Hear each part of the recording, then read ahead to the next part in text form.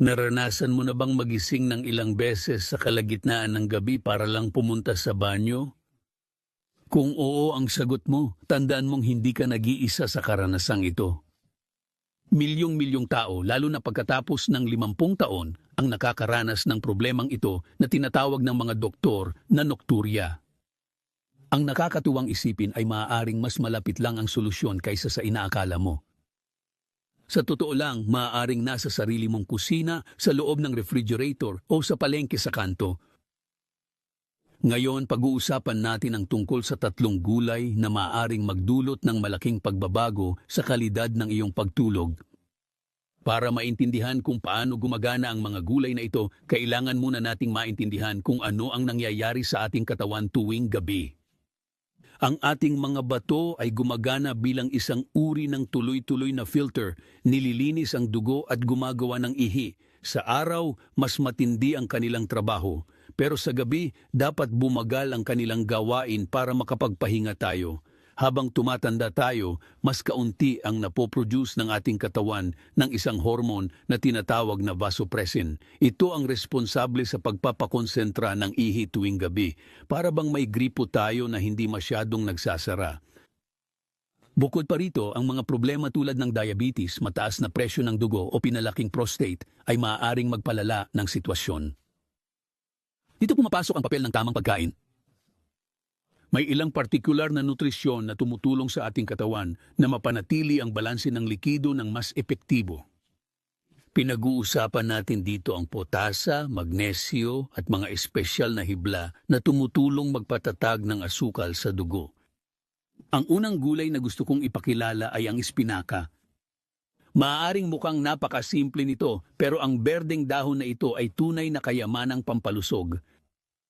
Ang espinaka ay naglalaman ng kahanga-hangang dami ng magnesium, isang mineral na kasali sa mahigit 300 proseso sa ating katawan. Ang magnesium ay gumagana bilang natural na tagapagregula, tumutulong sa mga kalamnan na mag-relax at pinananatiling matatag ang antas ng asukal sa dugo habang gabi. Kapag kontrolado ang asukal, hindi na kailangang magtrabaho ng husto ng mga bato para salain ito, kaya mas makakatulog ka ng maayos. Ang potasyo na nasa spinach ay karapat-dapat ding bigyang pansin. Ang mineral na ito ay nagtutulungan kasama ng sodium para i-regulate ang dami ng tubig sa ating katawan. Kapag sobra ang sodium at kulang ang potasyo, ang katawan ay may tendensyang mag-ipon ng sobrang likido. Tumutulong ang spinach na ibalanse ang timbangan na yan. Isa sa pinakamagandang paraan ng pagkain ng spinach ay ang pagdagdag ng ilang dahon nito sa iyong prutas na juice tuwing umaga. Hindi mo halos malalasahan pero totoo ang mga benepisyo. Pwede mo rin itong igisa ng mabilis kasama ng bawang at olive oil bilang pampares sa tanghalian. Ang mahalaga ay kainin mo ito ng regular, hindi lang paminsan-minsan. Ang panggalawang gulay ay ang kalabasa, isa sa mga pinakamaliit na gulay na mayroon. Maraming tao ang hindi gusto ito, pero ang kalabasa ay mayaman sa structured na tubig at mahahalagang mineral. Iba ang tubig na nasa kalabasa kumpara sa ordinaryong tubig dahil ito ay may kasamang mga sustansya na tumutulong sa katawan na magamit ito ng mas epektibo. Ang kalabasa ay may perpektong balanse ng potasa at magnesyo. Ang balanse na ito ay mahalaga para gumana ng maayos ang mga bato habang gabi. Bukod dito, meron itong malalambot na hibla na tumutulong mapanatiling matatag ang asukal sa dugo ng mas matagal. Isang praktikal na paraan para maisama ang zucchini sa pagkain ay ang paggawa ng zucchini noodles. Gamit ang isang ordinaryong pangbalat, maaari kang gumawa ng manipis na hiwa na kapag mabilis na ginisa, nagkakaroon ng teksturang kahawig ng pansit. Isa itong matalinong palit na nagpapababa ng carbohydrates at nagpapataas ng nutrisyon. Isa pang opsyon ay ang inihaw na zucchini. Hiwain ito ng paikot, timplahan ng mga damo at ilagay sa oven hanggang magkulay ginto. Ang proseso ng pag-ihaw ay nagpapakonsentra ng mga sustansya at nagpapalakas ng lasa. Pwede kang maghanda ng mas malaking dami at kainin ito sa buong linggo. Ang ikatlong gulay na maaaring magpabago sa iyong mga gabi ay ang pipino.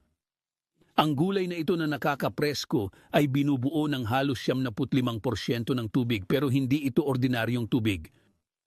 Ito ay tubig na mayaman sa mga mineral na tumutulong sa katawan na alisin ang sobrang sodium sa natural at banayad na paraan.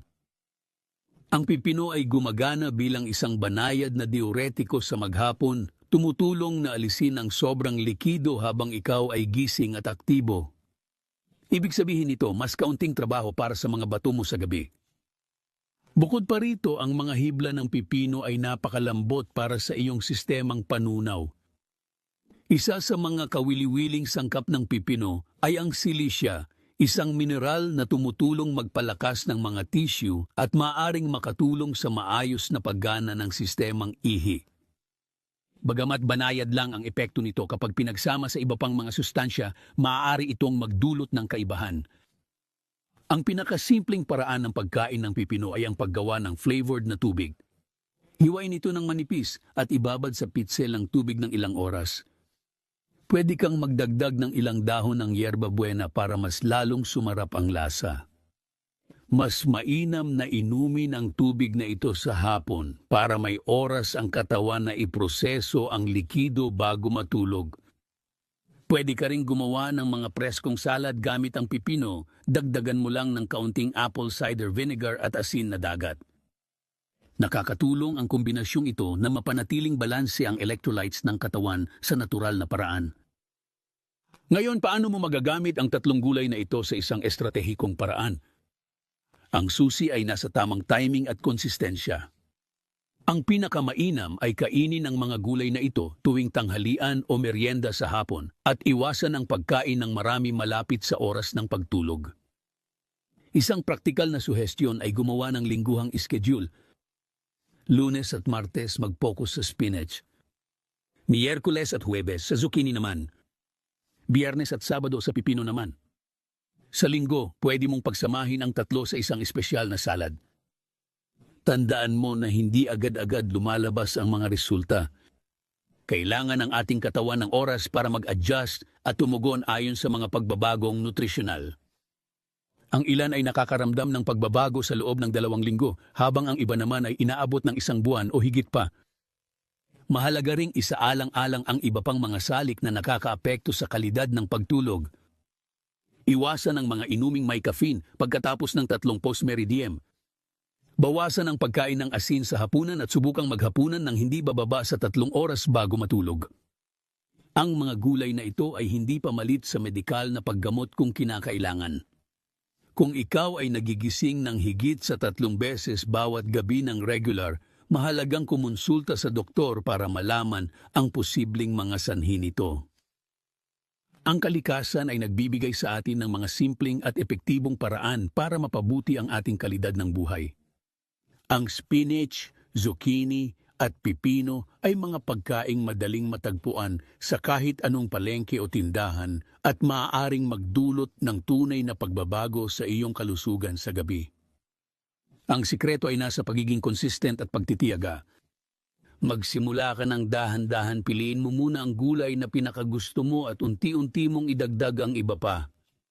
Magpapasalamat ang katawan mo sa iyo sa mas mahimbing na mga gabi at mas masiglang mga araw. Kung nakatulong sa iyo ang nilalamang ito, huwag mong kalimutang mag-like at mag-subscribe sa channel para makatanggap pa ng iba pang mga tips tungkol sa kalusugan at kagalingan. I-share mo ang video na ito sa mga kaibigan at pamilya na maaari ring makinabang sa mga impormasyong ito. Ilagay sa mga komento kung alin sa mga gulay na ito ang regular mo nang kinakain at alin ang balak mong isama sa iyong pagkain. Ang iyong karanasan ay maaaring makatulong sa ibang tao na dumaranas ng parehong sitwasyon. Hanggang sa susunod na video at sana ay magkaroon ka ng mas mahimbing at payapang pagtulog sa gabi.